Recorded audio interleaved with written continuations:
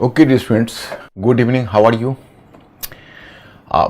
हम लोग सोसाइटी वाले पार्ट को संभवतः खत्म कर चुके थे। जरा आप लोग हमें रिमाइंड करिएगा। Mister Ankur, the teacher not started my board. Just 1 minute my students.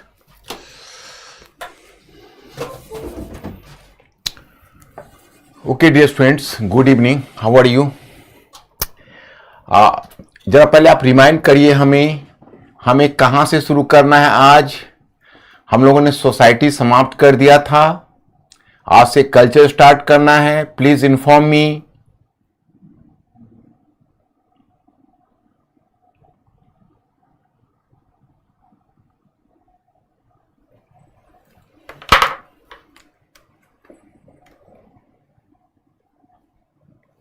क्या बोले मेरे students? Ankur, good evening. Okay dear students, please inform me. Culture हम लोग को स्टार्ट करना है, ठीक है। वहीं से आज टॉपिक हम स्टार्ट करेंगे। तो चलिए पहले हम 5 क्वेश्चंस कवर करते हैं और इस 5 क्वेश्चंस के बेसिस पर फिर हम आगे कल्चर की तरफ बढ़ेंगे। तो चलिए, मेरा क्वेश्चन है कि एकता और जागीर के संबंध में निम्नलिखित कथनों पर विचार कीजिए। पॉइंट फर्स्ट है, मुक्ति को उन्हें आवंटित क्षेत्र में प्रशासनिक कार्य भी करना पड़ता था, जबकि जागीरदारों का संबंध केवल जागीर के राजस्व संग्रह से था। ओके। पॉइंट 2, मुक्ति को फवाजिल केंद्रीय खजाने में भेजना होता था। मुक्ति वॉज बाउंड टू ट्रांसमिट फवाजिल टू सेंट्रल ट्रेजरी, परंतु जागीरदार को यह बाध्यता नहीं थी। बट जागीरदार was not having such compulsion. Point 3, एकता वंशानुगत तौर पर दिया जाता था, परंतु जागीर का आवंटन अल्पकालीन होता था। मतलब एकता was given on heredity basis, but the distribution of जागीर वॉज शॉर्ट लिव्ड। अब नीचे दिए गए कूट का प्रयोग कर सही उत्तर चयन कीजिए। ए केवल 2, बी 1 और 2, C 1, 2 and 3 and D 2 and 3।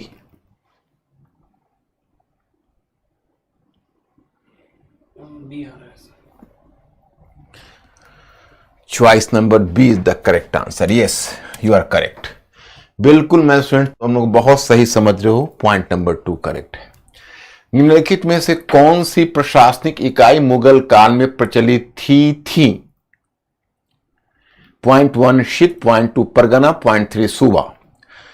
Choice A 1, 2 and 3, choice B 1 and 2, choice C 2, 3, choice D 1, 3।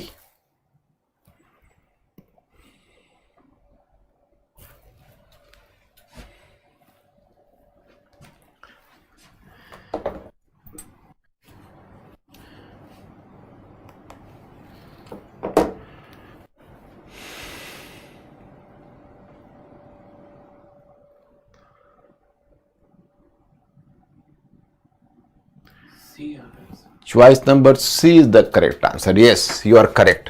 2 question आपने बिल्कुल ही अच्छे ढंग से करेक्ट कर दिया, हमें आपसे यही उम्मीद थी। अब क्वेश्चन नंबर 3, गियर निम्नलिखित में से कौन सी तकनीकी सल्तनत काल में प्रचलित थी? एक गियर प्रणाली, यानी इसको gear system, that is called gear system. And second one, आसवन विधि, दैट इज कॉल्ड डिस्टिलेशन।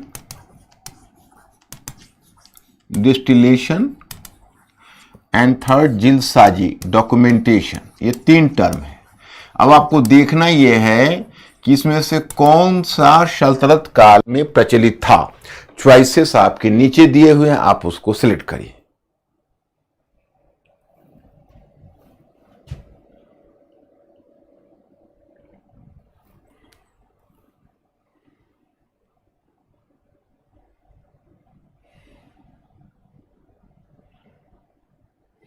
इसमें मिक्स है सी और डी में।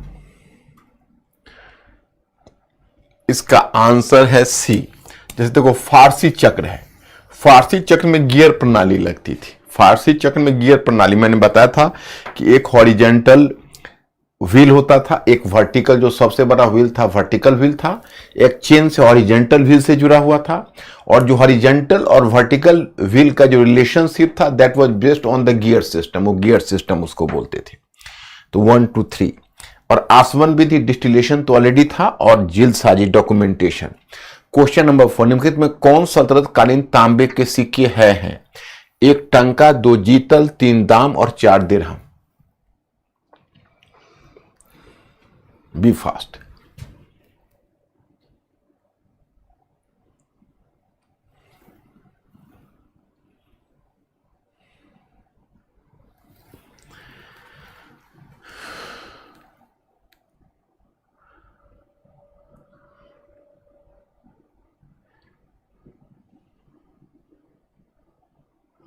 बी है ना इसका। Choice number B is the correct answer, यानी 1 टंका और दूसरा जीतल।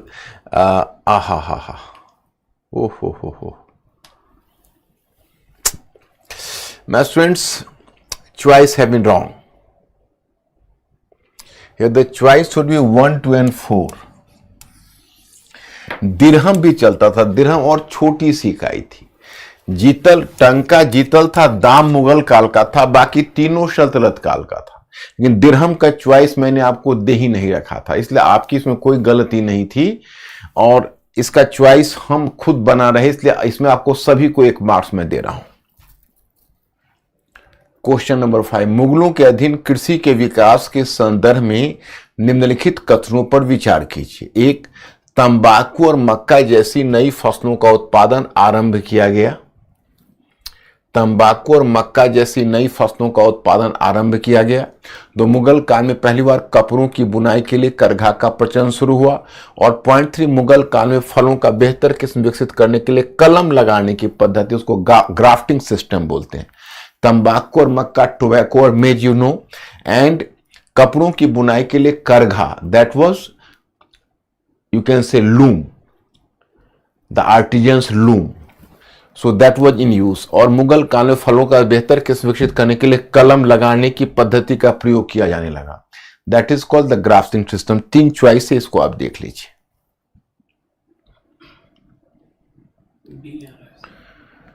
चॉइस नंबर बी ये करेक्ट आंसर है। ठीक, तो मैं स्टूडेंट्स, आपने तो 5 के 5 करेक्ट कर दिए, क्वाइट कमेंडेबल, हमें आपसे यही उम्मीद थी। बहुत अच्छा आप कर रहे हो। सोसाइटी में आपको समझा ही चुका हूं कि वर्टिकल के साथ हॉरिजेंटल डिवीजन हुआ, और हिंदू सोसाइटी और Muslim society both were divided equally. तो मैंने दोनों चीजें आपको बता दी है, और आप अच्छे ढंग से उसे कर चुके हो। अब हम लोग आ गए संस्कृति पर, और मैंने पिछले क्लास में आपको बताया था कि देखिए संस्कृति में हम लोगों को इतने कवर करने हैं। एंड संस्कृति culture is such an area in which we have to cover the mains part and prelims part both, इसमें दोनों पार्ट हमें कवर करना है। तो संस्कृति में पहला हमारा आ जाएगा धर्म एवं दर्शन,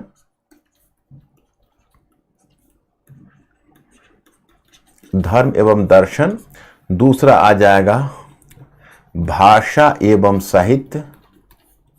आपको याद होगा जब हम लोग पार्ट 2 कर रहे थे, पार्ट 1 तो हमारा प्री हिस्ट्री और प्रोटो हिस्ट्री का था, और जब पार्ट 2 हम लोग कर रहे तो आप याद करिए हमने पूरा भाषा का एवोल्यूशन आपको बताया था, और उसी के साथ साहित्य का विकास बताया था।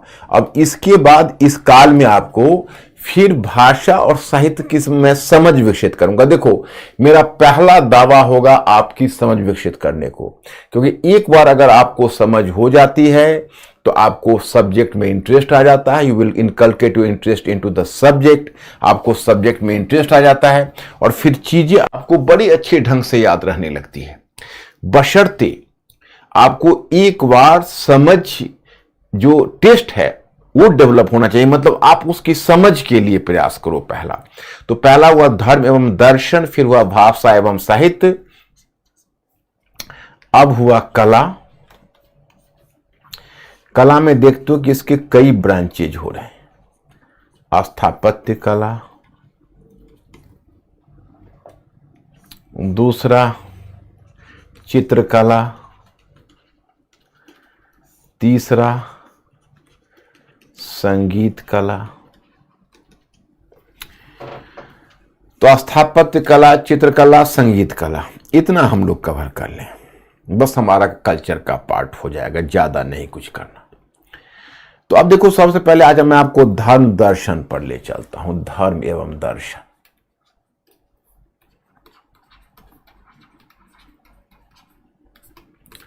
तो here I have to inform you कि देखिए कुछ बच्चे क्वेश्चन नंबर 4 के लिए कह रहे हैं।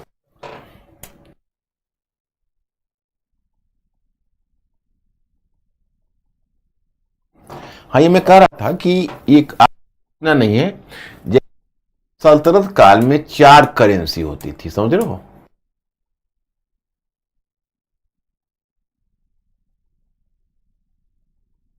था एक था,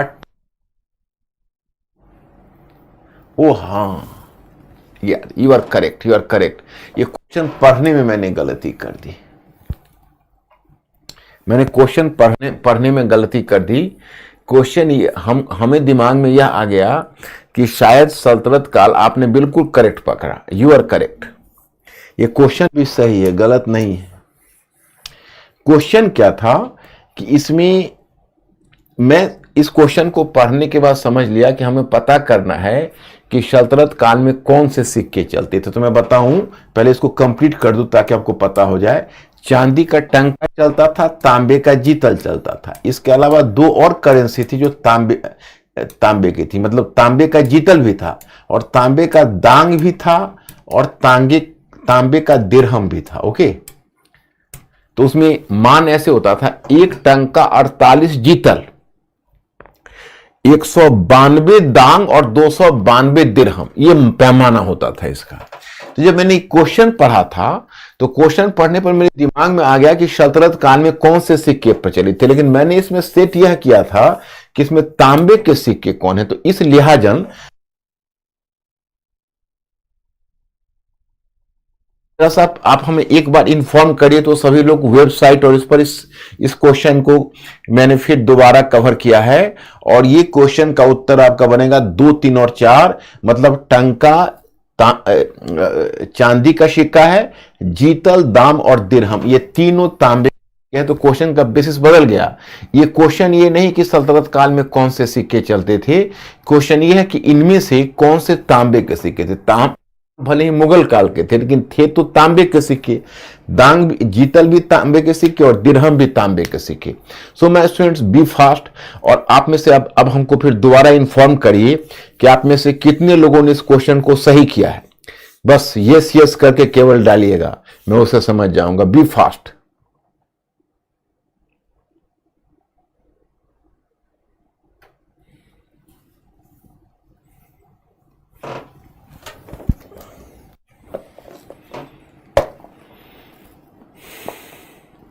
Yes, sir.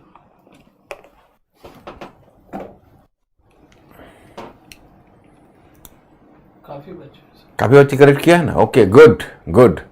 तुम लोगों के विद्वता पर मुझे कोई डाउट नहीं, तुम लोग बहुत समझदारी डेवलप करो और मेरा पूरा जोर इसी चीज की हो कि एक बार अगर आपकी समझ, क्या 5वां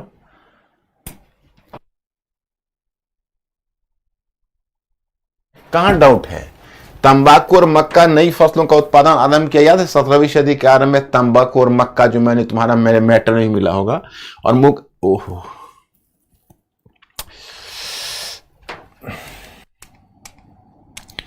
सॉरी मैं स्टूडेंट्स, लगता है मेरा दिमाग वहां क्वेश्चन पढ़ने में मैंने गलत पढ़ लिया इसको भी।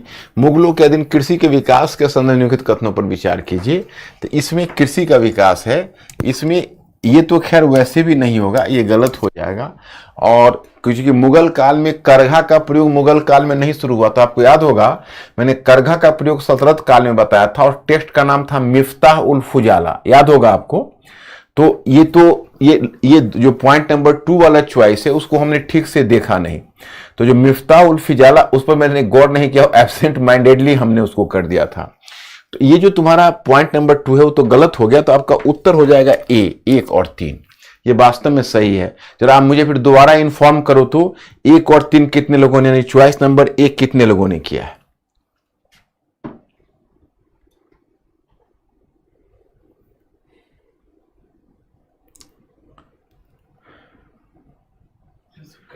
गुड, आई एम कॉन्फिडेंट तुम लोग इसी तरह अच्छा करोगे और अच्छा करते रहो। तुम लोगों का कॉन्सेप्ट क्लियर हो गया, और कॉन्सेप्ट क्लियर होने का यही फायदा होता है कि एक बार अगर कॉन्सेप्ट क्लियर हो जाता है तो फिर समझ से ही क्वेश्चन करेक्ट हो जाती है, और प्रीलिम्स के जो क्वेश्चन है वो आपको समझ से ही करेक्ट होता चलेगा। That's good. तो इस तरह से आपका उत्तर 2 मैंने बदल दिया, इसका 1 कर दिया, उसका वो दोनों चॉइस आपका बदल गया। तो ठीक है, अब हम लोग आगे बढ़ते हैं। तो अब हमें इसे कवर करना है। तो सबसे पहले जानते हो हम लोगों को जो एरिया कवर करनी वो है धर्म और दर्शन। तो धर्म और दर्शन में ध्यान करिए, धर्म और दर्शन हो या संस्कृति हो, अगर आपसे पूछा जाए कि भाई संस्कृति के क्षेत्र में इस काल की विशेषता क्या है, तो आप सबसे पहले उनको कहना और लिखना कि देखिए, जब शुरू में जैसे हिंदुस्तान में जब तुर्कों का आगमन हुआ तो वह एक नए धर्म लेकर आए थे जिसका नाम था इस्लाम। और इस्लाम धर्म ही नहीं, इस्लाम संस्कृति भी थी। यहाँ भारत में जो प्रचलित हिंदू धर्म था वो धर्म नहीं, संस्कृति थी। तो एक तरह से तुम समझो तो 2 भिन्न संस्कृतियों की पहले टकराहट हुई। तो जो इस्लाम था उसका ट्रैक रिकॉर्ड यह था कि दुनिया में जहां कहीं भी इस्लाम की सेना गई थी वहां उसने बड़े पैमाने पर धर्मांतरण करवा दिए थे। इसलिए हिंदुस्तान में जो मुसलमान हैं जहां भी गए अल्पसंख्यक समूह के रूप में गए थे, परंतु जो मुस्लिम समूह अल्पसंख्यक समूह से शीघ्र बहुसंख्यक बन गए थे। हिंदुस्तान की भूमि एक ऐसी भूमि थी, हिंदुस्तान की भूमि एक ऐसी भूमि थी जहां जब मुस्लिम सेना का आगमन हुआ तो मुस्लिम सेना यहां अल्पसंख्यक के रूप में आई और अल्पसंख्यक ही बनकर रह गई, क्योंकि यहां पर बड़े पैमाने पर धर्मांतरण वह नहीं करवा सकी। लेकिन हां, 500-600 वर्षों तक 500-600 वर्षों तक साथ साथ रहते हुए मतलब 500 to 600 ईयर्स दोनों साथ साथ रहे, और साथ साथ रहते हुए दोनों ने समन्वित संस्कृति का विकास किया।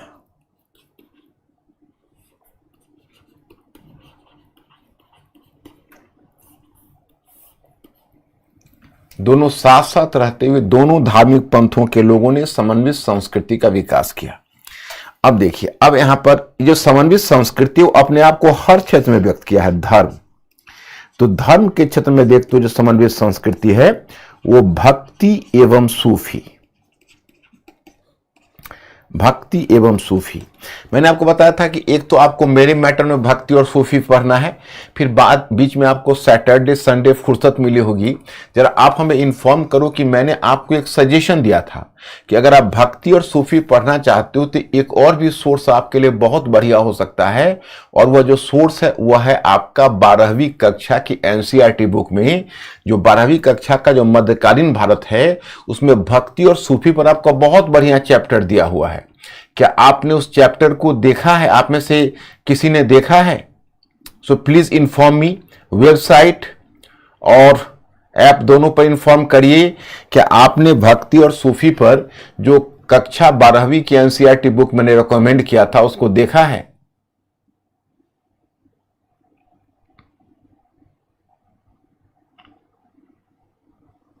प्लीज इन्फॉर्म मी।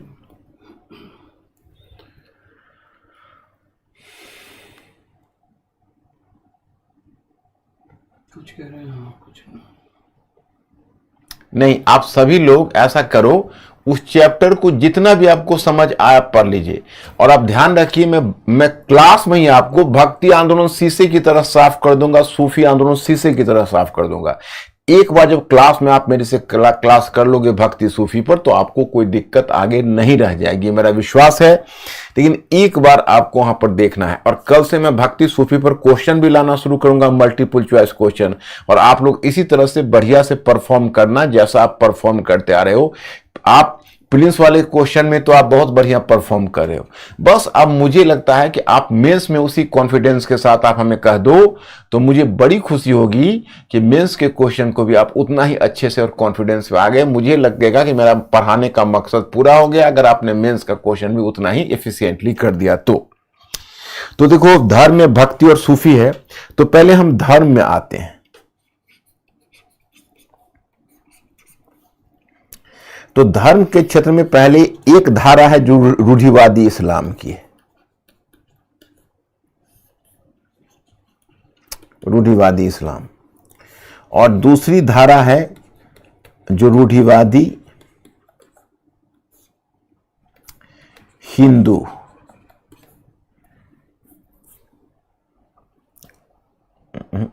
धर्म कहना ठीक नहीं होगा, रूढ़िवादी, हाँ रूढ़िवादी, हाँ हिंदू धर्म ही तो कहना पड़ेगा, दूसरा कोई चाह नहीं, हाँ रूढ़िवादी हिंदू धर्म की धारा,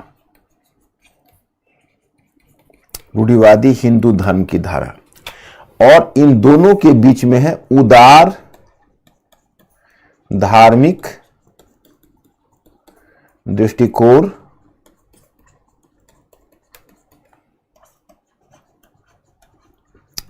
समन्वित संस्कृति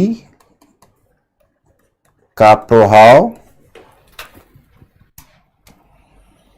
समन्वित संस्कृति का प्रभाव, और इसमें निर्गुण चाहे भक्ति एवं सूफी, भक्ति एवं सूफी। अब इसको ऐसे देख लीजिए। मैं स्टूडेंट्स अब यहां पर आपको मैं थोड़ा सा ये बताना चाहूंगा, ये नॉर्मली मैंने ये डायग्राम क्यों बनाया है, मैं इसका मकसद बता दूं कि अधिकांश जब धर्म की बात होती है, सल्तनत कालीन धर्म की बात होती है, तो लोगों के दिमाग में सिर्फ एक ही बात आती है और वह है भक्ति और सूफी। लेकिन नहीं, वहां तीन धाराएं चल रही है। एक तरफ रूढ़िवादी इस्लाम की भी धारा चल रही है, एक तरफ रूढ़िवादी हिंदू धर्म की भी धारा चल रही है। मैंने उदाहरण आपको बताना है। उदाहरण मेरा यह है कि आप इसको आप ऐसे समझिए कि अब रूढ़िवादी इस्लाम को देखिए, तो वहां पर एक उलेमाओं का एक वर्ग है जो शासक वर्ग को कह रहा है क्या देख रहे हो, हिंदुओं के सामने विकल्प रखो कि वह तो इस्लाम को कबूल करे या फिर उनको जबरन कबूल करवाया जाए। और फिर उसने उलेमाओं का जो एक वर्ग है, उलेमा कहते हैं जो मुस्लिम पुरोहित वर्ग है, उलेमा वो एक वर्ग है, वह कहता है कि मुस्लिम शरीयत के नियमों का पालन हो।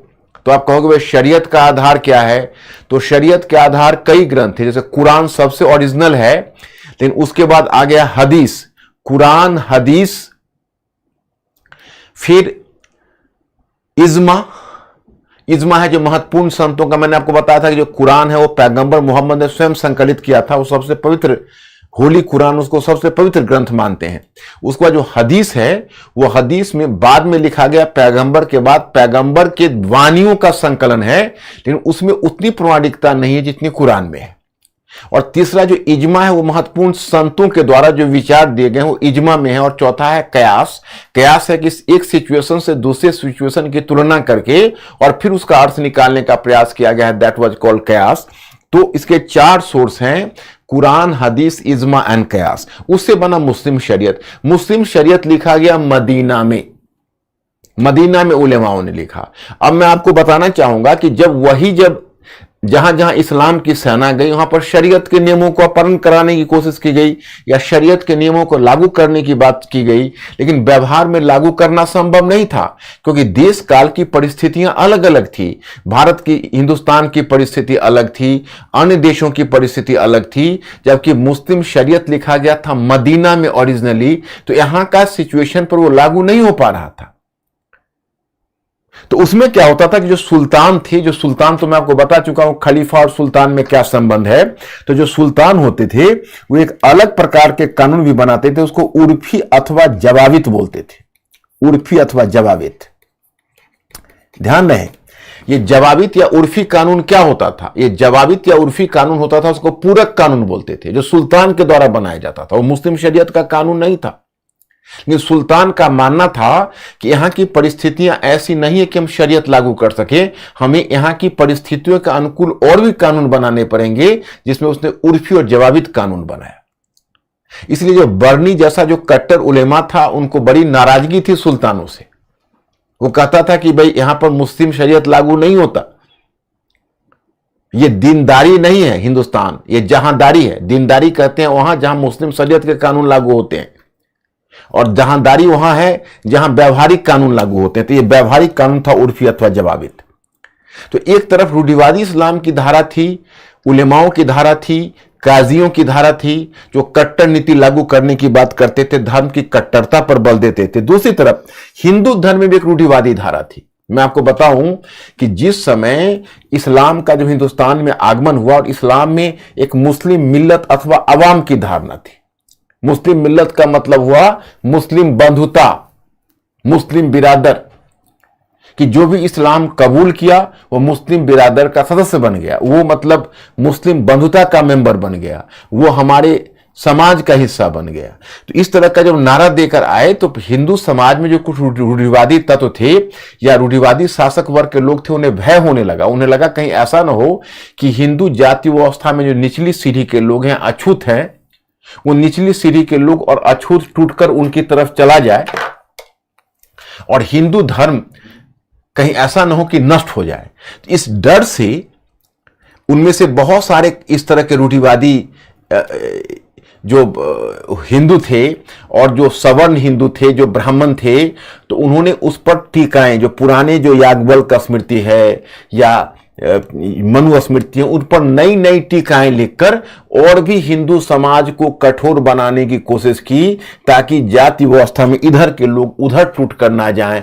लेकिन इनसे इतर इस्लाम और हिंदू धर्म के पारस्परिक आदान प्रदान से धर्म की एक नई धारा विकसित हुई, जिसे हम भक्ति और सूफी कहते हैं, और वही हिंदुस्तान की समन्वित संस्कृति अथवा गंगा जमुनी संस्कृति की अभिव्यक्ति थी। अब हम इसी के साथ भक्ति और सूफी पर आएंगे। मैं आपको बता रहा हूं, सबसे पहले भक्ति मूवमेंट एक बड़ा सा मूवमेंट है। पहले मैं आपको भक्ति मूवमेंट का बिल्कुल कॉन्सेप्ट क्लियर कर दूं, उसके सारे एस्पेक्ट को समझा दूं, फिर भक्ति के बाद तब हम लोग सूफी पर चलेंगे। आज तो शायद हमारा भक्ति हो पाए, वही बहुत बड़ी बात है।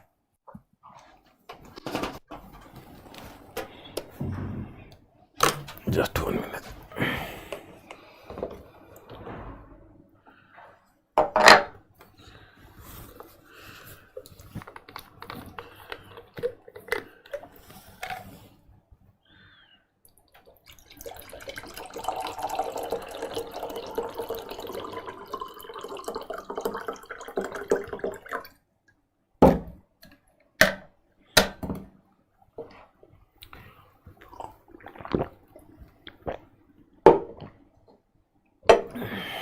अब चलिए, अब एक डायग्राम हम फॉलो करवाते हैं आप लोगों से। हालांकि मैंने मैटर भी दिया होगा उसमें। देखो, थोड़ा आप हमारे पीछे आओ, पीछे मत हमारे साथ, आप पीछे चलिए। आप याद करिए, हम पहले आपको पार्ट 2 में गुप्तोत्तर काल और पूर्व मध्य काल करवाया था। तो ये भक्ति हमने, देखो, भक्ति आंदोलन का इतिहास लगभग, माने आप यही समझो कि भक्ति आंदोलन हिंदुस्तान का सबसे बड़ा सांस्कृतिक आंदोलन, सबसे बड़ा सांस्कृतिक आंदोलन, सांस्कृतिक आंदोलन जो लगभग 1000 से अधिक वर्षों तक चला। अब पहले आप यह याद करिए, हम यहां दक्षिण भारत से 6ठी-7वीं सदी से शुरू करेंगे। वैसे आप देखिए, भक्ति का तत्व तो पहली बार मैंने आपको मौर्योत्तर काल में कराया था, याद होगा। जैसे आर्य और गैर आर्य तत्वों के सामंजस्य से भक्ति, अवतारवाद और मूर्ति पूजा आई थी। गुप्त काल में आपने उसका ज्यादा विकास आपने देखा, और गुप्त काल में ही आपने भागवत गीता में भक्ति आंदोलन का विस्तार से अध्ययन किया कि भागवत गीता भक्ति आंदोलन पर भक्ति आंदोलन नहीं, सॉरी, भक्ति पर, नॉट आंदोलन, mistakenly I have used the term भक्ति आंदोलन। भक्ति टर्म भागवत गीता में आप देखोगे, भक्ति अपने आप में जो फुल एक्सटेंट भक्ति पर जो टेक्स्ट माना जाता है, that is called Bhagavad Gita. Close the main door. Why have you opened the main door? तो उसको क्लास चल रही, इन्फॉर्म करो। तो मैं यहां पर कवर करने का प्रयास करता हूं।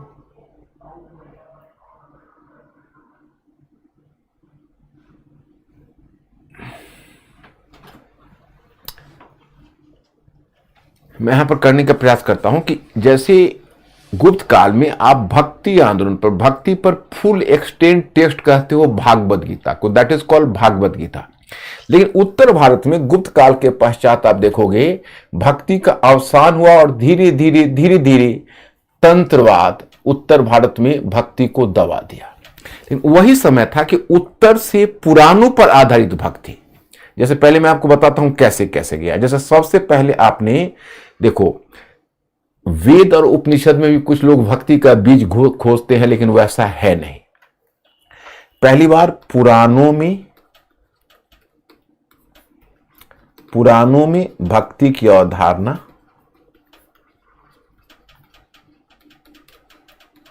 ओके ईसा की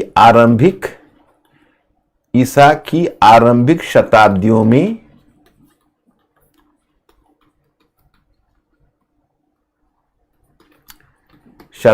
में पुराण लेखन आरंभ ईसा की आरंभिक शताब्दियों में पुराण लेखन आरंभ तथा इसमें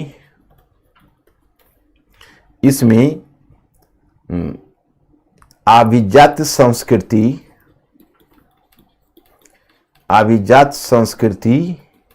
एवं लोक संस्कृति का सामंजस्य अभिव्यक्त लोक संस्कृति का सामंजस्य अभिव्यक्त। इसीलिए आप देखोगे भक्ति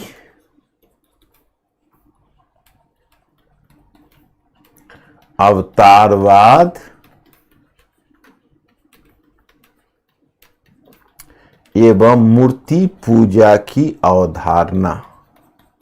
मतलब अब इसको समझना आप लोग, ईसा की आरंभिक शताब्दी मध्य मौर्योत्तर काल में मैं बता चुका हूं आपको, ईसा की आरंभिक शताब्दी वहीं से शुरू होता है, मतलब ईस्वी तो वहीं से शुरू होता है। तो उस समय आपको मैं यहां पर एक टर्म बता रहा हूं, अभिजात संस्कृति। अभिजात मतलब इंग्लिश में elitist, that is called the assimilation between the elitist and the popular culture. लोक संस्कृति मतलब popular culture. And in another way you can use the term कि the assimilation between Aryan elements and non Aryan elements. जो आर्य तत्व है और गैर आर्य तत्व है उसका धर्म के क्षेत्र में आपको सामंजस्य देखने को मिलता है, और यह जो है वो पुराणों में व्यक्त हुआ है। तो देखो वेद और पुराण के दृष्टिकोण में अंतर है। जो वेद में क्या है, तो वेद में बहुदेववाद है परंतु मूर्ति पूजा नहीं है। उपनिषद में एकेश्वरवाद यानी अद्वैतवाद है, मूर्ति पूजा नहीं है। पुराणों में भक्ति की अवधारणा है और मूर्ति पूजा, अवतारवाद, मूर्ति पूजा सभी कुछ है। अब कहोगे भक्ति क्या है, तो लिटरल टर्म में भक्ति का मतलब होता है भक्ति उपासना की एक पद्धति है। उपासना की एक पद्धति है। देखो जब भक्ति की बात होती है तो पहली बात तो आप यह जान लो, भक्ति कोई अलग धार्मिक पंथ नहीं है, उपासना की पद्धति है। It was a mode of worship, it was not the you can say it was not any specific sect, a specific religion or a specific you can say the cultural identity. It is basically a mode of worship. यह एक तरह से उपासना की एक पद्धति है। ईश्वर कोई हो, उपासना की पद्धति भक्ति है। भक्ति का मतलब होता है ईश्वर के प्रति अहेतुक, ईश्वर के प्रति अहेतुक प्रेम। हाँ, भक्ति का अर्थ होता है ईश्वर के प्रति अहेतुक प्रेम एवं पूर्ण शरणागति की स्थिति। पूर्ण शरणागति की स्थिति। अब ध्यान कर लीजिए, अहेतुक शब्द से घबराना नहीं। अहेतुक का मतलब है जिसमें कोई हेतु नहीं हो। We are not having any motive, a complete love without any motive, that is called अहेतुक प्रेम। और पूर्ण शरणागति की स्थिति में पूरी समर्पण, माने उनके प्रति पूरा समर्पण। तो एक ईश्वर हो उसके प्रति समर्पण, इसी को बोलते हैं भक्ति।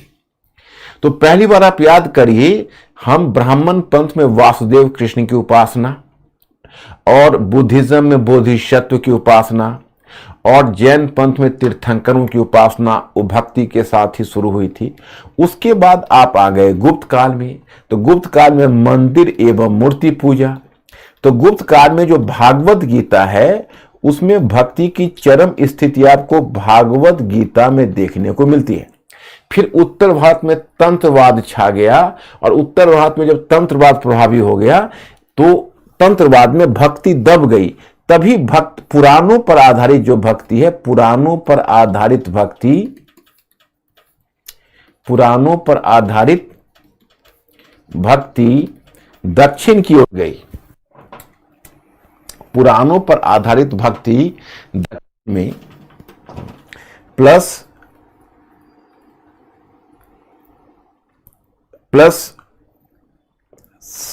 संगम साहित्य में प्रेम के तत्व से जुड़ गई। अब लिटरेचर वाले में मैंने संगम साहित्य आपको कवर किया हुआ है, आपको यहां से पकड़ना पड़ेगा। अब देखिए, संगम साहित्य में प्रेम के तत्व से जुड़ गई। संगम साहित्य में दो प्रकार का साहित्य था, आप देखो, एक राजा की प्रशंसा संबंधी साहित्य, और दूसरा एक था युद्ध और प्रेम का साहित्य, और दूसरा राजा की प्रशंसा संबंधी साहित्य। तो जो संगम साहित्य है उसमें प्रेम का तत्व जुड़ गया। तो दक्षिण की भक्ति में भावनात्मक तत्व, दक्षिण की भक्ति में भावनात्मक तत्व प्रबल हो गया। जो दक्षिण की भक्ति है वो दक्षिण की भक्ति में क्या प्रबल हो गया? तो भावनात्मक तत्व प्रबल हो गया। भावनात्मक तत्व दक्षिण की भक्ति में प्रबल हो गया, माने इमोशनल एलिमेंट्स। तो इसका नाम पड़ गया भक्ति आंदोलन। तो यहां तक तुम ओके करो, फिर मैं दक्षिण से अब उत्तर लेके चलता हूं और कैसे कैसे भक्ति का विकास दक्षिण में हुआ। मैं अभी भक्ति का ओरिजिन उत्तर में बताया, उत्तर से भक्ति अब दक्षिण जा चुकी है, अब दक्षिण से भक्ति उत्तर आएगी, तब हम पूरे भक्ति आंदोलन का जिक्र आपसे करेंगे और कैसे कैसे भक्ति का प्रकार बदलता गया वो स्पष्ट करते जाएंगे।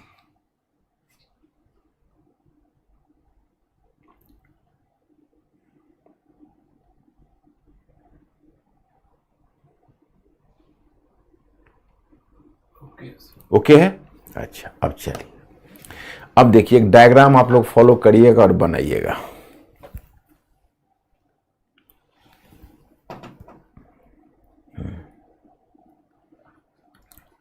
भक्ति आंदोलन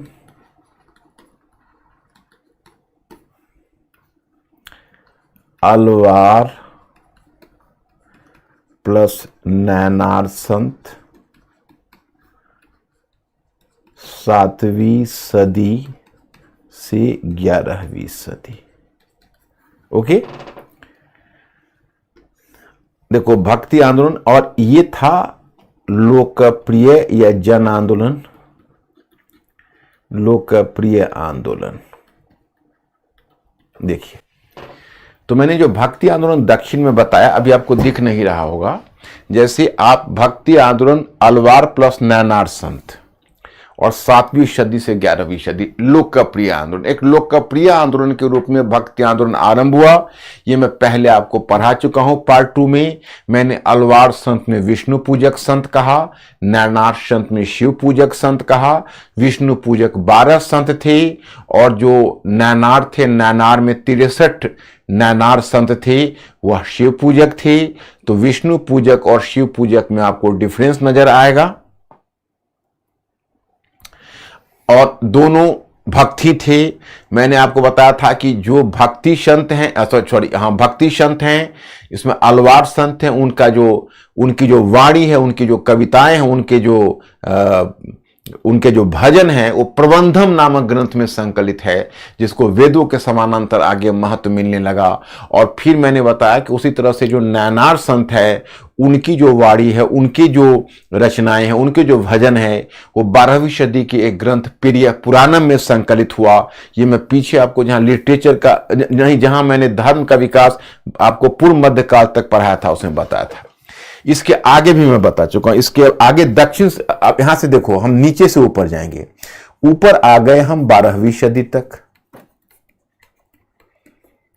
12वीं सदी तक, 12वीं सदी में आप देखते हो आचार्यों का आगमन, आचार्यों का आगमन,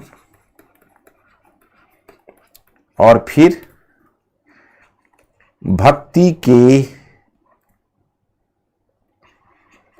भक्ति आंदोलन के स्वरूप में परिवर्तन।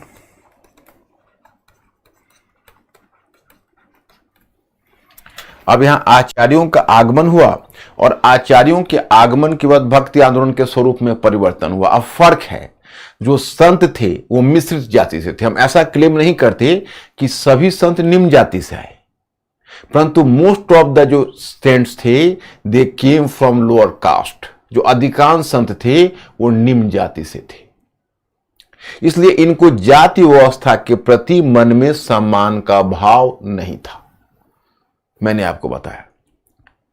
और इसलिए एक तरह से जाति विभाजन के प्रति इनके मन में एक तिरस्कार का भाव था। टकराते नहीं थे, जाति व्यवस्था पर इन्होंने चोट डायरेक्टली नहीं की, उसके प्रति मन में तिरस्कार का भाव था। लेकिन जब 12वीं सदी में, जब 12वीं सदी तक जब आचार्यों का आगमन हुआ, ये ब्राह्मण आचार्य थे। इन्हीं आचार्य में एक थे रामानुज। तो रामानुज ने भक्ति के लिए दो काम किया। एक तो उन्होंने भक्ति को एक स्पष्ट दर्शन का आधार दिया था, मैंने आपको बताया था। तो कैसे? मैंने बताया था कि शंकराचार्य का जो अद्वैतवाद है, वो अद्वैतवाद भले ही भारत की चाहे जितनी भी बड़ी बौद्धिक एवं दार्शनिक उपलब्धि रही हो, लेकिन जो उनका अद्वैतवाद का चिंतन था, मोनिज्म था, वो भक्ति के मूल भाव के विपरीत था। क्यों? क्योंकि शंकराचार्य का कहना था कि ब्रह्म और जीव तत्वतः और मूलतः एक है, और दोनों एक ही तत्व से निर्मित हैं। तो अब समस्या यह खड़ी होती है कि ब्रह्म और जीव अगर एक है तो जीव ब्रह्म की भक्ति क्यों करे? नहीं करेगी, करेगा। और दूसरा है कि शंकराचार्य का कहना था कि जीव की मुक्ति के लिए ज्ञान आवश्यक है, जीव की मुक्ति के लिए ज्ञान आवश्यक है। तो अब ज्ञान में एक अहंकार का भाव है, अहम ब्रह्मम अस्मि, तो वहां पर भी थोड़ा भक्ति के लिए स्कोप कम हो जाता है। और तीसरा शंकराचार्य ने कहा कि जीव की मुक्ति ब्रह्म में लीन हो जाने में है। बट माय स्टूडेंट्स, अगर जीव जाकर ब्रह्म में लीन हो गया तो किसकी भक्ति और किसके लिए भक्ति? फिर भक्ति के लिए स्कोप ही कहां बच जाता है।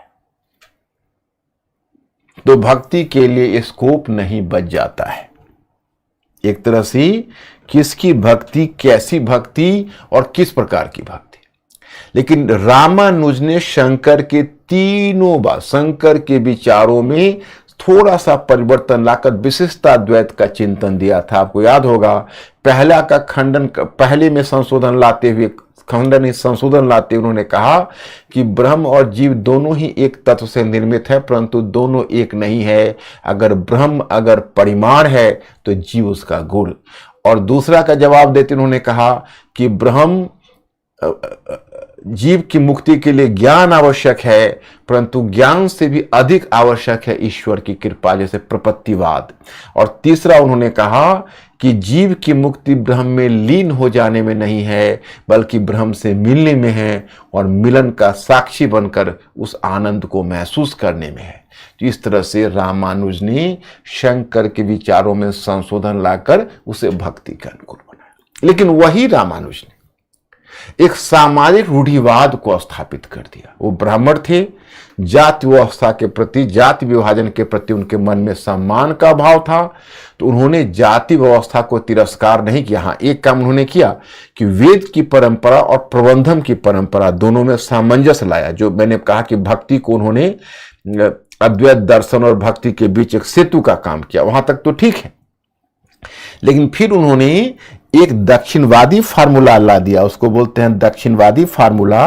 वो दक्षिणवादी फार्मूला यह था कि उन्होंने कहा कि देखिए, धर्म के क्षेत्र में हम सभी समान हैं, परंतु सामाजिक क्षेत्र में वर्ण विभाजन बना रहेगा।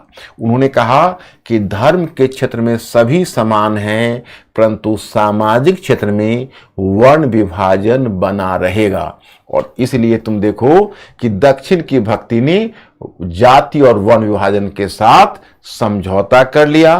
तो दक्षिण की भक्ति में दो बातें, क्योंकि जो अलवार और नैनार संत थे, जब उन्होंने दूर दूर क्षेत्रों की यात्रा की थी दक्षिण भारत में, तो उन्होंने कुछ पवित्र स्थलों का चयन किया था। उन्हीं पवित्र स्थलों पर मंदिरों का निर्माण हुआ और मंदिर के साथ पुरोहित जुड़ गए। और पुरोहित और मूर्ति पूजा तो थी ही, दक्षिण में अलवार नैनार संतों ने भी मूर्ति पूजा को प्रोत्साहन ही दिया था। और जब ब्राह्मणवादी तत्व जुड़ गए तो उसमें एक सामाजिक रूढ़िवाद भी ला दिया। तो वहां पर जो ब्राह्मण जो दक्षिण भारत की जो भक्ति है, उसने कहीं ना कहीं जाति और वर्ण विभाजन के साथ भी सामंजस्य कर लिया। अब जो यह नई प्रकार की भक्ति थी, एक नई ऊर्जा के साथ दक्षिण में अपीयर हुई, और इसने वहां पर जो बौद्ध और जैन जैसे विरोधी पंथ थे उसका लगभग सफाया कर दिया। तो 12वीं सदी तक जो दक्षिण की भक्ति थी वो अपने चरम पर पहुंच गई। और वह पहले अलवार और नैनार संत आए, फिर आचार्य आए, और आचार्य ने भक्ति के स्वरूप में दक्षिण में संशोधन किया। एक तरफ भक्ति ने दक्षिण में ब्राह्मणवाद को समर्थन दिया, तो दूसरी तरफ उन्होंने उभरते हुए राजतंत्र को समर्थन दिया। तो यही फार्मूला है। अब आप यह बताइए कि यहां तक अगर आप क्लियर हो गए होंगे, then we have to move further, क्योंकि यहां तक मैं आपको बता चुका हूं। अब दक्षिण भारत से हमको पहले महाराष्ट्र में आना है, और महाराष्ट्र से फिर हमें उत्तर भारत में जाना है, जहां भक्ति दो धाराओं में बटेगी। यहां तक आप क्लियर हुए? कोई प्रॉब्लम तो नहीं?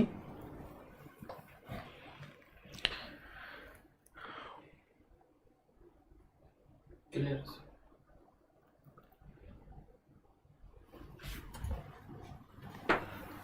ओके, यहां तक क्लियर? अच्छा, अब देखियो, दक्षिण यहां से पहले उत्तर की तरफ बढ़ी। थोड़े समय के लिए महाराष्ट्र को देखो। अब यह है महाराष्ट्र धर्म। सर नेमत पूछ रहे हैं कि सर भक्ति मूवमेंट की शुरुआत साउथ से हुई या नॉर्थ से, क्योंकि भक्ति का विकास तो नॉर्थ इंडिया से हुआ है, लेकिन इसका प्रबल रूप साउथ इंडिया में देखने को मिलता है। हाँ, नेमत तुम सही हो। अगर भक्ति का विकास उत्तर में हुआ, भक्ति की अवधारणा ईसा की आरंभिक शताब्दियों में आई और पुराणों के साथ आई। मैंने नियमित इसीलिए अभी आपको बताया था, आप मेंटली अलर्ट होकर मेरे लेक्चर को सुनना। आप लोग हमारे सामने नहीं बैठे हुए हो, लेकिन मेरी कोशिश ये होगी कि आप में बिल्कुल कॉन्सेप्चुअल क्लैरिटी आ जाए। देखिए, भक्ति का विकास उत्तर भारत में हुआ, भक्ति की जो भावना है उत्तर भारत में आई, भक्ति का तत्व उत्तर भारत में विकसित हुआ। लेकिन दक्षिण की जो भक्ति है, वो दक्षिण में भक्ति ने भावनात्मक तत्व ग्रहण कर लिया। It took some emotional form, और इसने एक आंदोलन का रूप ले लिया। जैसे उत्तर से पुराणों पर आधारित भक्ति जो दक्षिण आई, तो दक्षिण में उसने संगम साहित्य के प्रेम के साथ जुड़ गई, तो वहां पर प्रेम का तत्व प्रबल हो गया। और फिर दक्षिण में जो भक्ति है उसने एक मूवमेंट का, एक आंदोलन का रूप ले लिया। फिर दक्षिण से भक्ति जब पहले अलवार और नैनार संतों ने संभाला, फिर ब्राह्मण आचार्य आ गए, उन्होंने उसमें संशोधन ला दिया। अब हम लोग पहले बढ़ेंगे उत्तर की तरफ, पहले महाराष्ट्र में रुकेंगे और फिर वहां से उत्तर की तरफ बढ़ेंगे। और मिस्टर अंकुर ठीक है, ओके हैं? तो नेमत, तुम्हारे प्रश्न का उत्तर मिल गया। महाराष्ट्र धर्म में तुम देखोगे कि इसमें दो तरह की भक्ति है। महाराष्ट्र धर्म में इसमें देखोगे वैष्णव भक्ति, वैष्णव भक्ति में यहां पर विठोबा की पूजा थी। एक लोकल देवता थे जिनका नाम था विठोबा। इसलिए इसको विट्ठल भक्ति भी कहते हैं, विट्ठलनाथ या विठोबा।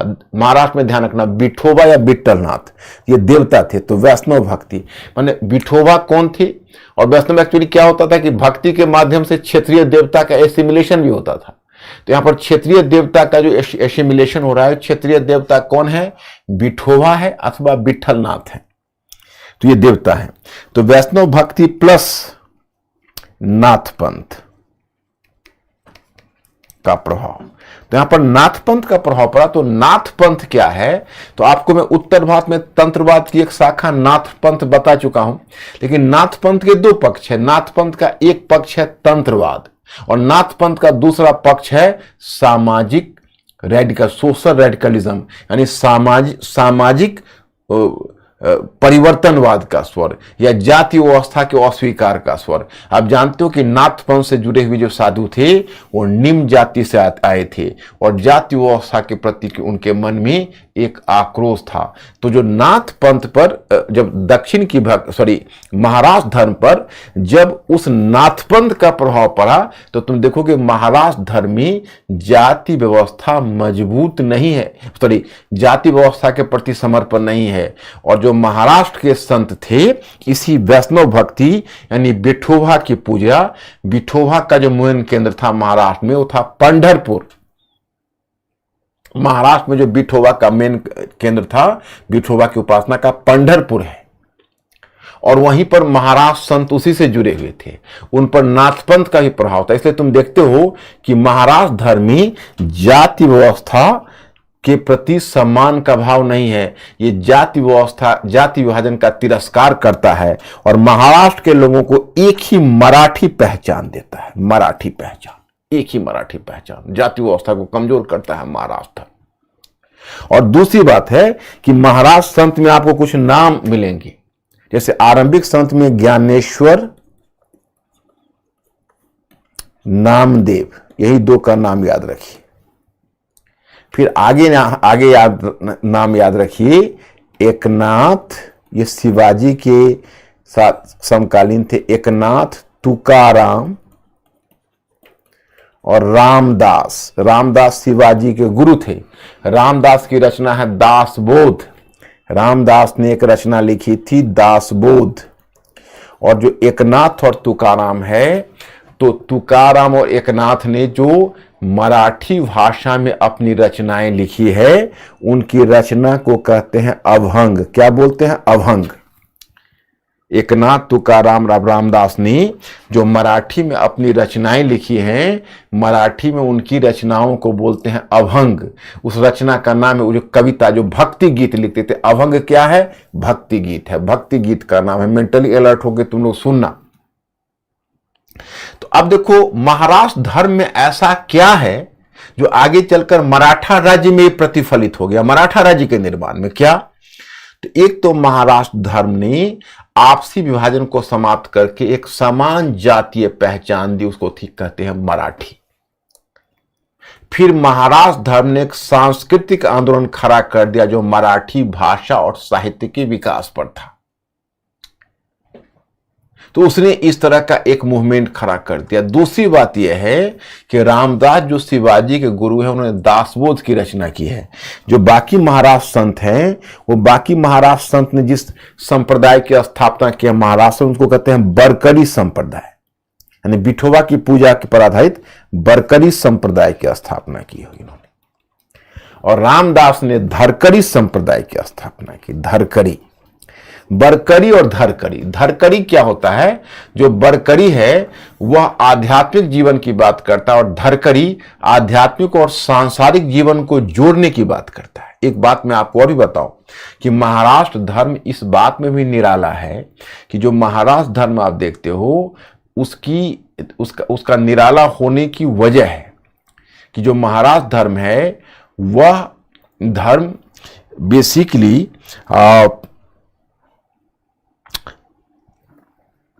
जैसे बाकी जो हिंदू धर्म को सामान्यतः कहते हैं सहिष्णु, सहिष्णु कहते हैं टॉलरेंट को, टॉलरेंट, हिंदुइज्म इज टॉलरेंट। लेकिन जो महाराष्ट्र धर्म है वो जयिष्णु है। जयिष्णु मीन्स की the craving for victory.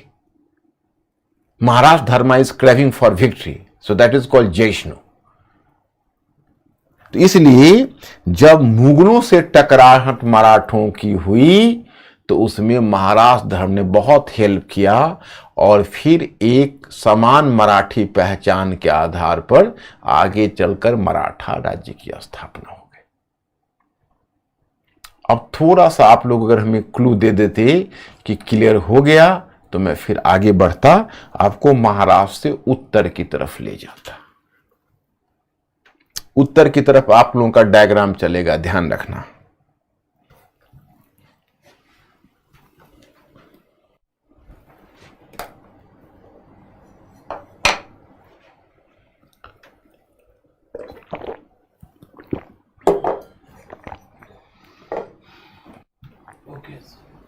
Okay है, गुड। तुम लोग काफी समझदार हो चुके हो और मेरा कल्चर वाले पार्ट समाप्त होते होते तक आप लोग राइटिंग में मुझे ये शेयर कर दो। अब कल्चर का जब तक चल रहा है तब तक एक मुख्य परीक्षा के लिए अब लास्ट में तुम लोग केवल हमें ये बताओगे कि हाँ अब हमें मेंस में भी, क्योंकि प्रीलिम्स में तो आप लोग कंफर्टेबल हो गए, और जब मेरा फिर कल्चर पार्ट समाप्त हो जाएगा तो समाप्त होते हुए मैं थोड़ा सा पढ़ने का रिकमेंडेशन कर दूंगा एंड तब हम आपसे विदाई लेंगे।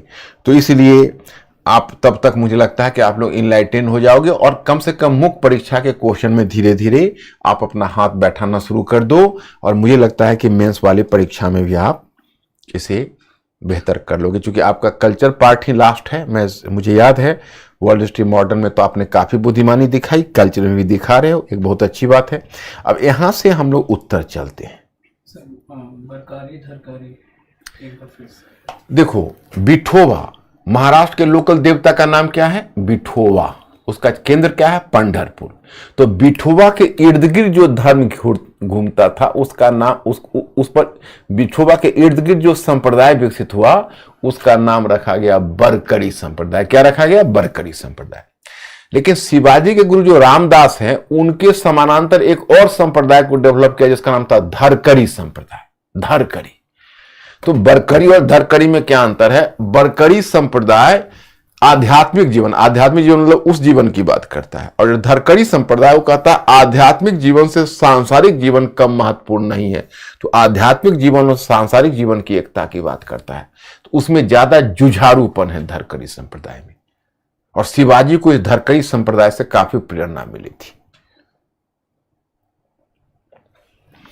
अब दक्षिण से उत्तर की ओर भक्ति आएगी। उत्तर की ओर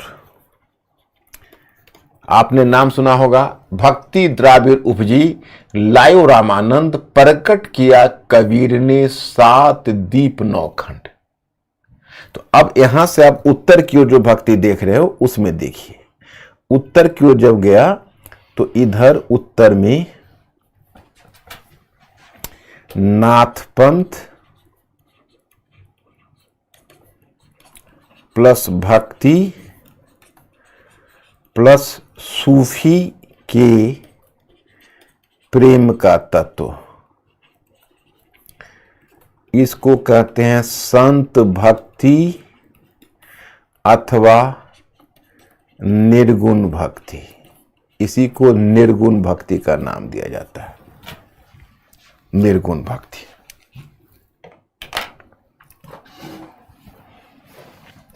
इधर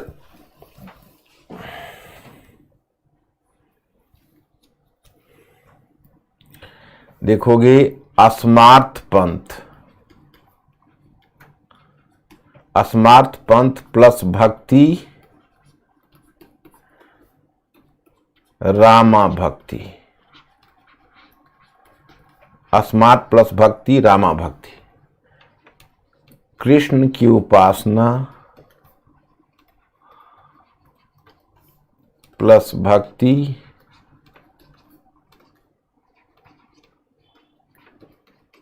कृष्णा भक्ति।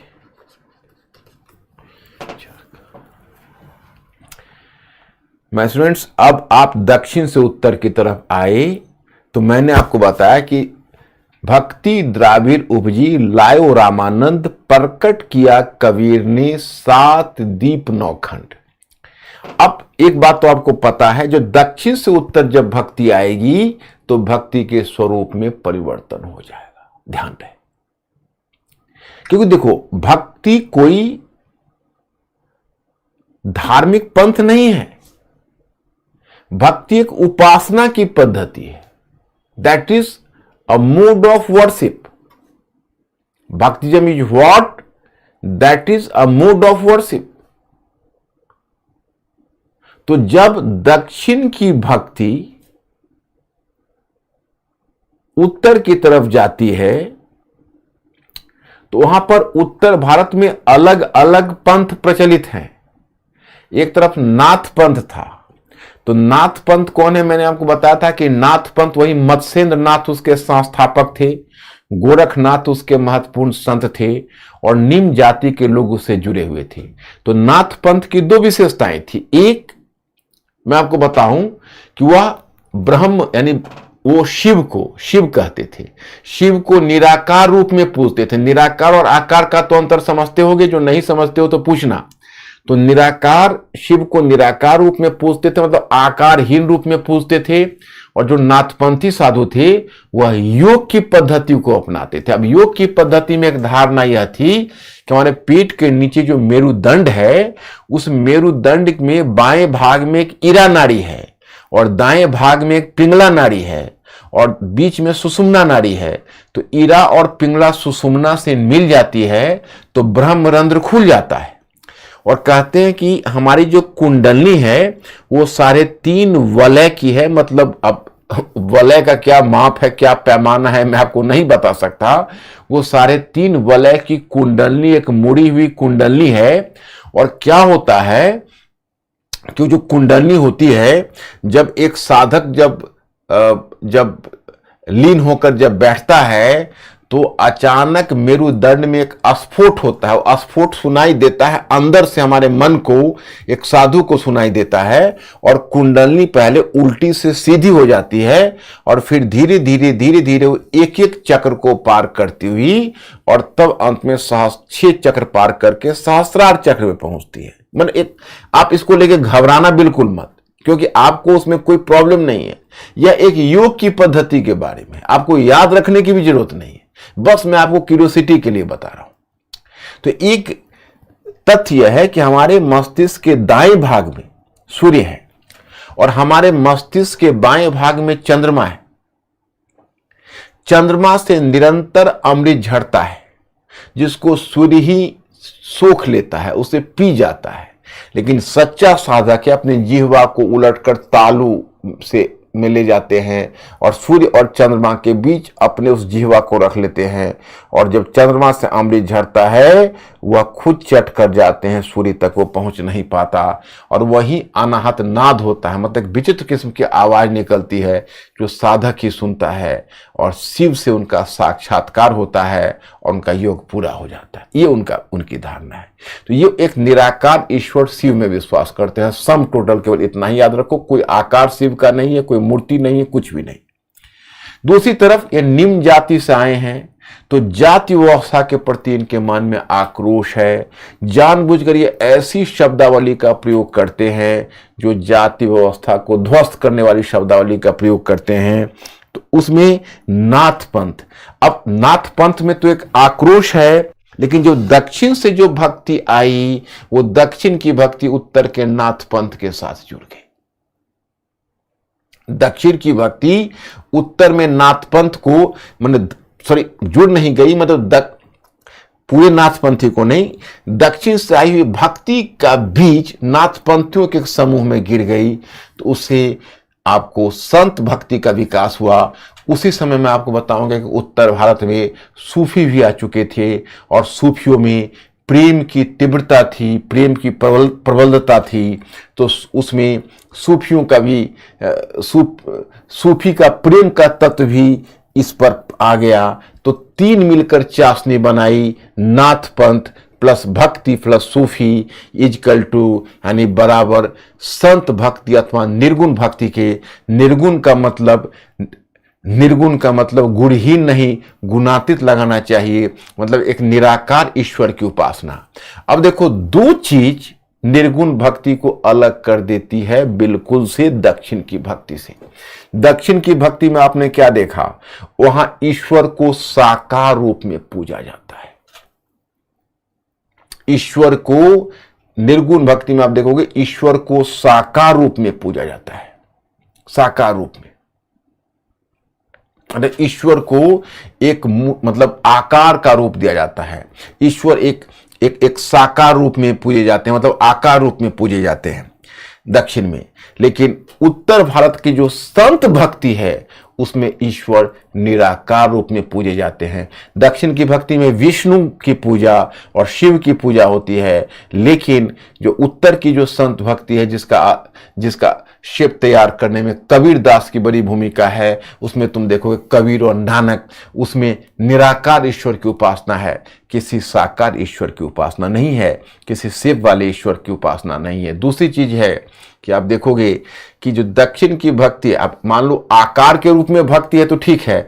अब मान लो आप अगर प्रेम विष्णु से या शिव के प्रति अपने प्रेम का इजहार करते हो तो वहां तक तो समझ में आती है कि चलो ये शिव है, विष्णु है, उनके प्रति आप अपने प्रेम का इजहार कर रहे हो। लेकिन आप एक ऐसे देवता के प्रति प्रेम का इजहार करते हो जो कबीर दास के शब्दों में, जाके मुंह माथा नहीं नाही रूप स्वरूप, वो पूह बांस से पात्रा है, अजन्मा है, अविनाशी है, क्या है या नहीं है वो भी पता नहीं है, और उनके लिए तुम प्रेम उड़ेलते हुए जा रहे हो। ये भक्ति है। दूसरी बात है कि दक्षिण की भक्ति में तुमने एक चीज यह देखा कि दक्षिण की भक्ति ने जाति विभाजन से समझौता कर लिया था, रामानुज के अंतर्गत दक्षिणवादी फार्मूला। लेकिन जो उत्तर की भक्ति है, जो जिसको तुम संत भक्ति कहते हो, मैं सगुण भक्ति की बात नहीं कर रहा, मैं संत भक्ति की बात या निर्गुण भक्ति की बात कर रहा, उसने जाति विभाजन को अस्वीकार कर दिया। तो उत्तर भारत में जो निर्गुण भक्ति है वो बिल्कुल सबसे अलग हो जाती है, क्योंकि उसने जाति विभाजन को अस्वीकार कर दिया है निर्गुण भक्ति ने, और उसने ईश्वर को निराकार रूप में पूजा है। इसलिए निर्गुण भक्ति सबसे विशिष्ट हो जाती है। उसमें धर्म सुधार भी आ जाता है, उसमें समाज सुधार भी आ जाता है। क्यों धर्म सुधार? क्यों, मैं आपको बताता हूं।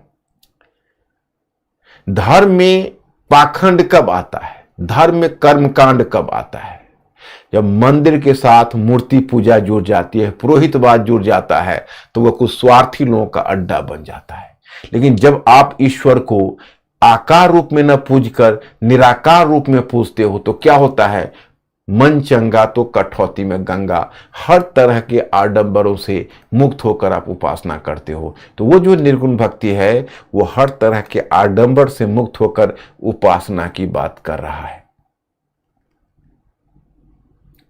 वो हर तरह के आडंबरों से मुक्त होकर उपासना की बात कर रहा है। तो उसमें धर्म सुधार है।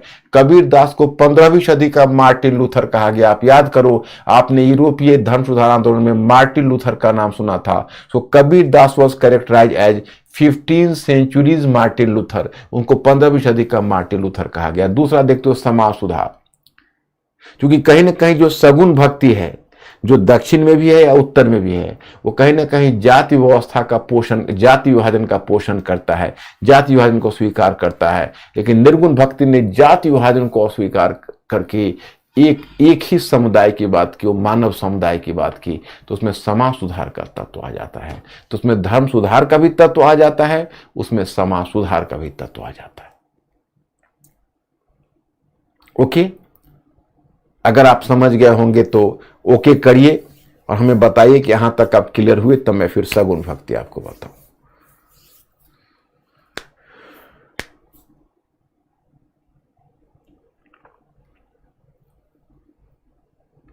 माय स्टूडेंट्स, बी फास्ट, समय कम है।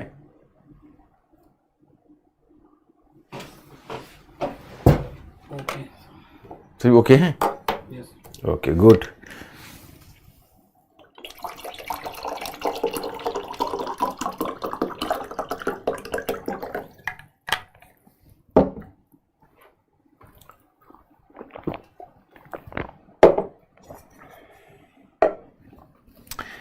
अब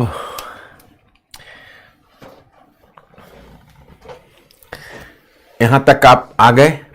अब मैं आपसे यह जानना चाहता कि दूसरा देखो, भक्ति का ये एक बीज जैसे उत्तर भारत में नाथपंथ पर गिरा तो निर्गुण भक्ति बन गया, उसी तरह उत्तर भारत में अस्मार्थ धर्म की पूजा थी, अस्मार्थ धर्म। तो अस्मार्थ धर्म में किसकी उपासना होती थी? राम की उपासना होती थी, राम की। उसमें भक्ति का बीज गिरा तो रामा भक्ति शुरू हो गई। इसको रामा भक्ति कहते हैं। रामा भक्ति क्यों? उसके केंद्र में राम है, अवध क्षेत्र उसका केंद्र है, रामा भक्ति। तो मतलब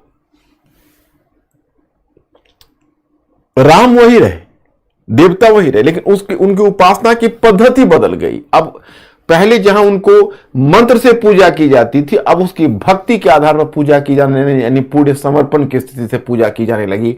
और वहां पर तुम देखते हो कि लोकल भाषा अवधि में राम भक्ति की धारा चल निकली, जिससे जुड़े हुए तुलसीदास थे और नाभादास थे। तुलसीदास ने एक प्रसिद्ध रचना रामचरितमानस की, जिसको कहते हैं गिरिदर्शन, कि प्रत्येक हिंदू के घर का बाइबल बन गया। और वहीं पर नाभादास है, उन्होंने भक्तमाल की रचना की, जिसमें 200 भक्तों की चर्चा की है। उसी प्रकार से कृष्ण की उपासना प्रचलित थी। दक्षिण से आई हुई जब भक्ति का बीज गिरा तो कृष्णा भक्ति शुरू हो गई। कृष्णा भक्ति ये भी वैष्णव भक्ति के अंतर्गत है, कृष्णा भक्ति। अब रामा भक्ति और कृष्णा भक्ति में थोड़ा सा अंतर है।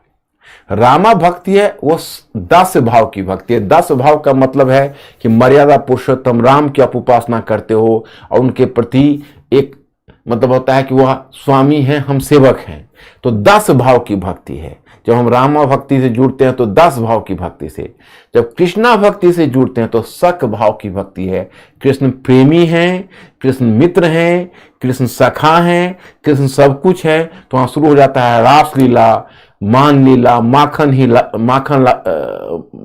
लीला, चिरहरण लीला। तो उस भक्ति में प्रेम का वहां उस भक्ति में तुम देखोगे बहुत सारी श्रृंगारिक चीजें आ जाती है, बहुत सारे लाइसेंस आ जाते हैं उस भक्ति में। और वो भक्ति तुम देखते हो कि थोड़ा सा लाइसेंस हो जाता है सोसाइटी में, क्योंकि वहां पर बहुत सारा परमिशन है जो रामा भक्ति में नहीं है। वो दस भाव की भक्ति है, सख भाव की भक्ति है।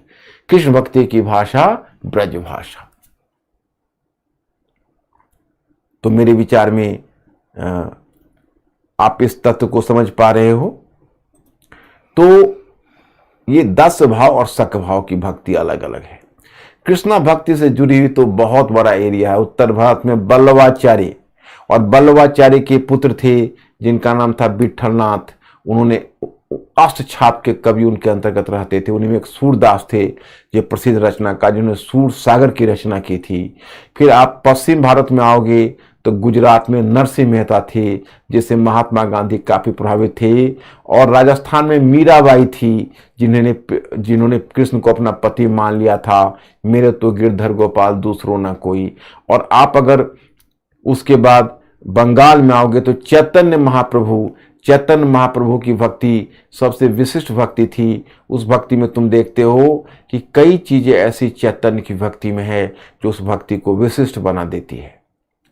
और दूसरा, मैं उसी चैतन्य भक्ति में बताऊंगा, उनके हिंदू उपासक भी थे और उनके हिंदू शिष्य भी थे और मुस्लिम शिष्य भी थे। और चैतन्य गया में बहुत समय तक गुजारा था। गौरांग महाप्रभु के नाम से जानते थे। बंगाल की भक्ति को उन्होंने एक नई दिशा दी। उसमें भावनात्मक तत्व चैतन्य भक्ति में प्रबल है, क्योंकि चैतन्य ने यहाँ पर संकीर्तन प्रणाली की शुरुआत की थी। वो चैतन्य भक्ति की विशेषता है। उसी प्रकार से जब आप असम में आएंगे तो शंकर देव है। शंकर देव ने सौत्रिया नृत्य की शुरुआत की थी और शंकर देव ने एक शरण संप्रदाय की स्थापना की थी। तो शंकर देव कृष्णा भक्ति से जुड़े हुए हैं। तो दक्षिण भारत से लेकर उत्तर भारत तक हम देखते हैं कि भक्ति का स्वरूप बिल्कुल ही अलग अलग रहा। अब यहाँ पर तुमको मैं जो निर्गुण भक्ति बता रहा हूँ, निर्गुण भक्ति में एक चीज आती है जो सूफियों में आएगी, और वो टर्म का मैं यूज कर रहा हूँ। वो टर्म कहते हैं रहस्यवाद। विक्रम पूछ रहे हैं कि सर उच्च कास्ट के लोग क्यों निर्गुण भक्ति का विरोध करते हैं? उच्च कास्ट के लोग निर्गुण भक्ति का विरोध नहीं करते थे, लेकिन उच्च कास्ट के लोग निर्गुण भक्ति की तरफ आकर्षित नहीं थे। क्योंकि तुम देखो, जो निर्गुण भक्ति कहीं ना कहीं जाति व्यवस्था के प्रति एक आक्रोश का भाव रखता था और जाति व्यवस्था पर चोट करते। जैसे कबीरदास के ही देखो, तो कबीरदास ने किसी को नहीं बख्शा। अपने समय का वो रेडिकल चिंतक थे। उन्होंने जैसे हिंदुओं को संबोधित करते हुए कहा, पत्थर पूजे हरि मिले तो मैं पूजू पहाड़, ताते भय चक्की भली पीस खाए संसार। या फिर मुसलमानों को संबोधित कहा कि मस्जिद बैठी मुल्ला पुकारे, क्या तेरा साहब बहरा है, चूटी के चरने पर नेवज बाजत, वह भी साहब सुनता है। तो मतलब ये जो उनका हिंदू और मुस्लिम कर्मकांड पर जो उनकी चोट थी, वो कहीं ना कहीं एलिट्स को घबरा देता था, और जाति व्यवस्था के प्रति जो अस्वीकरण का भाव था वो कहीं ना कहीं सवर्ण हिंदुओं को डरा देता था। इसीलिए निर्गुण भक्ति के प्रति वह आकर्षण नहीं है। सर बात पूछ रहे कि कबीरदास हिंदू थे या मुस्लिम? ये कहना मुश्किल है, तुम क्यों इस चक्कर में पड़ते हो। कबीरदास जुलाहा जाति से जुड़े हुए थे, और जो जुलाहा जाति थी वो कपड़े का काम करती थी, मतलब कपड़ा की बुनाई करती थी, और हिंदू जाति व्यवस्था में निम्न जाति की स्थिति थी जुलाहा जाति की। तो जो निम्न जाति की स्थिति थी जुलाहा जाति की, तो क्या हुआ कि आगे चलकर के इस उम्मीद में कि कहीं इस्लाम में आने से हमारी सामाजिक स्थिति बेहतर हो जाएगी, जुलाहा जाति के लोगों ने इस्लाम धर्म कबूल कर लिया। लेकिन इस्लाम धर्म कबूल करने के बाद भी उनकी स्थिति नहीं सुधरी। अंकित पूछ रहे सर, शक भाव क्या है? शक भाव है मित्रता का भाव। शक भाव मित्रता का भाव है। तो मैं बता रहा था कि एक टर्म आएगा रहस्यवाद। वो रहस्यवाद रामा भक्ति में नहीं है, रहस्यवाद कृष्णा भक्ति में नहीं है। रहस्यवाद कहां है?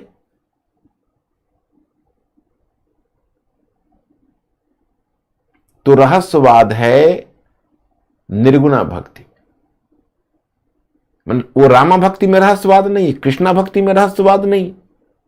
रहस्यवाद है या तो संत भक्ति या निर्गुण भक्ति में, या रहस्यवाद है सूफियों में। रहस्यवाद क्या होता है पता है? जहां प्रेम की तीव्रता हो लेकिन आलंबन अस्पष्ट हो। मतलब आपका प्रेम उड़े रहे, किसके लिए?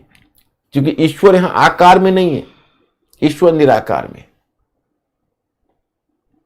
प्रेम में ईश्वर आकार में नहीं है, ईश्वर निराकार में है। तो प्रेम उड़ेला जा रहा है, लेकिन किसके प्रति वही स्पष्ट नहीं। तो प्रेम की तीव्रता हो परंतु प्रेम का आलंबन अस्पष्ट हो, तो उसे कहते हैं निर्गुण भक्ति। सॉरी, रहस्यवाद, नॉट निर्गुण भक्ति, वंस अगेन। जब प्रेम की तीव्रता और आलंबन अस्पष्ट हो तो उसको कहते हैं रहस्यवाद। या तो निर्गुण भक्ति में या सूफी में, जैसे कबीरदास कहते हैं। अब देखो, कबीरदास ब्रह्म जिसके लिए अपने एक अगम अगोचर ब्रह्म को, निराकार ईश्वर के प्रति प्रेम है, किसी इंसान के मतलब किसी आकार वाले ईश्वर के प्रति नहीं है। वो उस निराकार ईश्वर के प्रति को वो पति का रूपक देते हैं, प्रियतम मानते हैं, और जीव को अपनी आत्मा को प्रियतमा कहते हैं, अपनी आत्मा को प्रियतमा मानते हैं। और वह जो निराकार ईश्वर है उसको पति का रूपक, प्रियतम या पति या प्रियतम का रूपक देते हैं। और ऐसे उन शब्दावली में व्यक्त करते हैं जैसे प्रियतमा प्रियतम का संबंध है। जैसे मैं आपको बताता हूं कि कबीरदास जैसे लिखता है कि नैना अंतर आओ तू त्यों नैन झपेऊ, ना हो देखू और को ना तुझ देखन देव। तुम मेरी आंखों में समा जाओ, मैं अपनी आंखों को बंद कर लूं, ना मैं दूसरे को देखूं ना मैं तुम्हें देखने दूं। अब बताओ, इस एक ऐसे ईश्वर के प्रति इसका आकार नहीं है। वो कहते हैं चुनरिया हमारी पिया ने सवारी, पहने कोई पिया की प्यारी। तो ये सब एक ऐसी ईश्वर के लिए जिसका आकार नहीं है। तो यहीं से mysticism, the use of term mysticism या रहस्यवाद यहीं से निकलता है। और यह या तो निर्गुण भक्ति में या सूफियों में। मैं तुमको समझा पाया? ओके, जल्दी बोलिए, समय कम है। एक क्वेश्चन मेंस का दूंगा, फिर प्रीलिम्स का 5 क्वेश्चन लाऊंगा। प्रीलिम्स तो आप लोग बहुत अच्छा सॉल्व कर रहे हो, मेंस वाले में कल आप हमें सॉल्व करके दिखाओगे। ओके है? Right, good.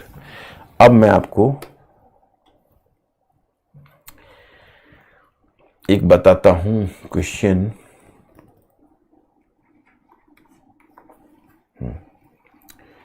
भक्ति आंदोलन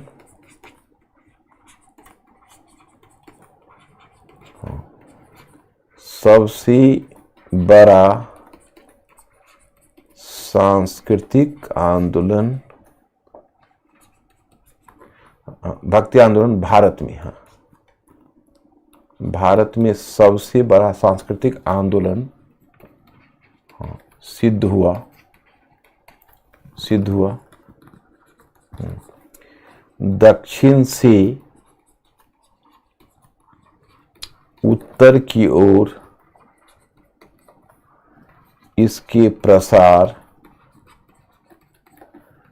पर टिप्पणी कीजिए। मतलब दक्षिण भक्ति आंदोलन सबसे बड़ा सांस्कृतिक आंदोलन सिद्ध हुआ, दक्षिण से उत्तर की ओर इसके प्रसार पर टिप्पणी कीजिए। और इसको मैं 250 शब्द दे रहा हूं। अब देखो, पहले मैं कल आ रहा हूं तो क्या करने जा रहा हूं, पहले तो ये क्वेश्चन तुम लोग हमको बताओगे कि ओके तुम लोग, इसमें बहुत सिंपल है, दक्षिण से शुरू करना, उत्तर तक आ जाना और सबसे परिचय करवा देना, बस यही आपके क्वेश्चन का उत्तर है। फिर मैं आपसे कुछ और पूछूंगा और अब सारे, जैसे हमने पूरे भक्ति आंदोलन को एज ए होल आपको समझा दिया, इफ अगर मैं सही हूं तो, और मतलब आप लोग समझ पाए कि नहीं तो आप ही डिसाइड करोगे, लेकिन मुझे ऐसा लगता है कि आप लोग बेसिक कॉन्सेप्ट कम से कम समझ गए हो। अब मैं अलग अलग क्षेत्रों में इस पर क्वेश्चन कौन सा बनता है, कल क्वेश्चन पहले डिस्कस करूंगा और देखता हूं, चूंकि हमारा टाइम ही 1 घंटे 20 मिनट का है, तो कितना टाइम बच जाता है तो सूफी पंथ की तरफ बढ़ूंगा। अगर आप में से कुछ लोगों को समय हो तो अगर 12वीं कक्षा वाली भक्ति सूफी पर अगर वो चैप्टर को पढ़ लो तो और अच्छा है। तो आज मैं यही रुकता हूं और फिर मैं कल आपसे मिलता हूं। Okay my students, okay, thank you very much, good night.